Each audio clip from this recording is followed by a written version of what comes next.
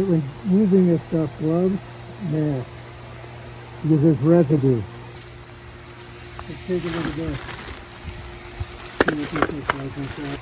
Oh, the way this works is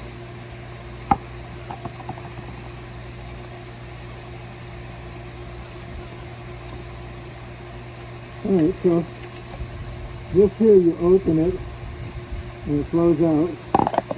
And you just put the top on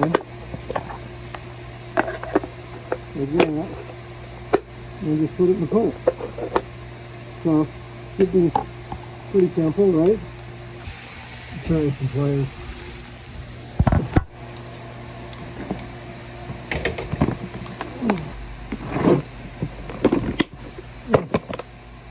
There we go. Alright, here we go. Put one in there. Like that. Put the top on. And